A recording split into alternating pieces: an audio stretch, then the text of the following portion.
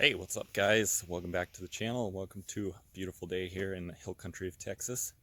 I got a new project I'm going to show you today, and I'll be starting it very soon. Just need to order up some parts that it needs, get going on that. And it's going to be a replacement vehicle for my fiance. She's tired of the one she's driving. I think I've started some kind of sickness with her where she needs a new car every 6 months. But I think I suffer from the same thing. So we finished some other projects here. Got nice new garage doors with a modern touch for the hot rods to park in there for now. Took down tons of trees in the front yard, backyard. Got it all cleared out so can build a new driveway back to the new shop that's going to be built there. And can't wait to do that so I can actually have a lot more space to do projects. But here, let me show you this new project. And here it is in all its filthy glory. Just picked this up yesterday. C250. Rear wheel drive. 67,000 miles. And interior, of course, very clean for the mileage and all that. And hopefully it's got everything we've been looking for. New car. It's got pretty low miles, so it doesn't scare me too much going German. Had a couple other Mercedes and had them well over 100,000 miles. Didn't really have any issues other than serpentine belts.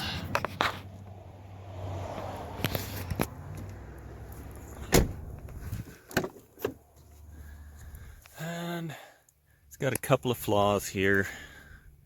Looks like somebody had, I don't know, either tried to touch up the paint or possibly repainted this quarter. Let's see. Hard to tell how dirty this thing is, but I mean, I don't see any tape lines in the quarter. Maybe right there. Little overspray. So this quarter could have been painted before. But it's got good brakes, good tires.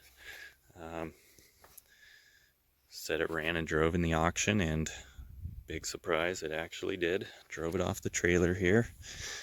Front bumper was inside the car, of course, trying to ruin the interior. I think if you had a Rolls Royce with a $20,000 dashboard, they'd still shove the parts inside. And here we got a little damage here, and these bumpers aren't too hard to find, but they have so many different models of it, with sprayers, without sprayers, with parking sensors, AMG, coupe, sedan. I mean, I'm thinking that being that this is really the only damage, I might try to fix this bumper because none of the mounting tabs at all are messed up on it. And let's see what else we got here. Typical dusty Texas driving conditions. And we're missing a little air box deal. I don't know, some kind of cold air adapter box thing that goes there. I'm not sure exactly where that goes, but somebody did take it apart, and you can see the crash support here. Looks like it just got barely hit over the top here. I mean, the bumper might have had a license plate on it and could have got a little tweaked there, but I mean, there's no other damage at all. Just dirty, other than this little chip here that I believe the grill would cover, and the grill's missing, and which leads me to believe it was damaged. And this is pushed over here, which you can see, so whatever they hit just kind of was right in this area. I tested the AC yesterday when I pulled it off the trailer, and it all seemed to work. No leaks. Nothing rubbing or anything like that. The upper radiator support here is perfectly straight, but it's missing the bracket for the hood catch, and it kind of sucks because they make all these like aftermarket, all these other pieces, and the hood poppers there, locks, but that piece they don't, so got to pay up for that from Mercedes. And it looks like it bolts on down here too, so I'm gonna have to make sure that's nice and straightened out, because this thing isn't pushed in anywhere at all, messed up at all, so definitely not going to replace that. If I can help it, I'll just straighten these out a little bit. And they had all the bolts out of these headlights. The fender liners are missing on both sides. No idea why. So got to order those.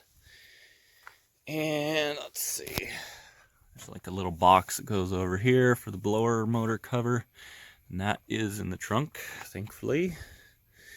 But as well below, do have a intercooler, and it is not damaged. Little tray under there, it does have a couple cracks in it, but shouldn't be a big deal. All in all, should be a pretty darn easy fix, you know. One issue that I wasn't expecting is the seat belts. Every single one, you can see how cinched tight it is here. They are freaking exploded, locked up tight. So I think maybe the center one doesn't have the adapter for it, or the airbag, so it's still good, but all four corners, front and back, need to pull the seat belts. I think I'm going to do that today and get those sent out to get rebuilt so we can stuff them back in, because again, you try to buy some online and they have so many different codes and different models and specifications of time change and all that throughout the year that they made changes to the seatbelts, and I don't want to risk having a issue with it, so I'd rather just pull these out. And yeah, I mean, these front ones, they just don't work. It seemed like whoever was in it, if somebody was in it, it retracted, because this one was all the way in and I was able to pull it out, but then wouldn't go back in. And when you turn the car on, it says front left malfunction, front right malfunction, rear left, and rear right. And otherwise though, the car runs good. No check engine light.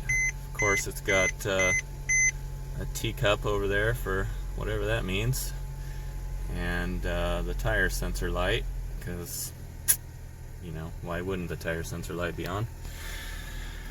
But everything else seems to work, and thing runs and drives, so I'm stoked on it. Should be a good car. Have a couple things to fix on the Jeep Renegade that my fiance is driving now. It's 2015, and it had a minor front end accident as well. I rebuilt that one about a year ago, and she's been driving it ever since. Pretty trouble free, but the ambient temp sensor for the outside temp is malfunctioned, and through somebody's genius idea, they put that in the passenger side mirror, and you have to replace the entire mirror to fix it, and it causes a check engine light to be on. So I need to do that, and so I'll order the parts for that while I'm ordering the parts for this. Hopefully get both vehicles all dialed in and done, get her other one sold, and put her in this baby. It's got about 20,000 less miles on it, and she's from Germany, so she loves the German cars, and I always try to talk her out of them, but hey, you can't fight your feelings, right? But thanks for watching, I appreciate it, and stay tuned if you're interested to see how this thing turns out. I'll try to go over it the best I can as I get the parts for it, and probably try and do it all in a day or two, paint the front bumper, fix it, repair it, all that, and get everything back together, get the seat belts installed, all those things, and hopefully shut off all these lights without having to track down the airbag module and get that reset. But thanks for watching. Please like, share, comment, let me know what you think.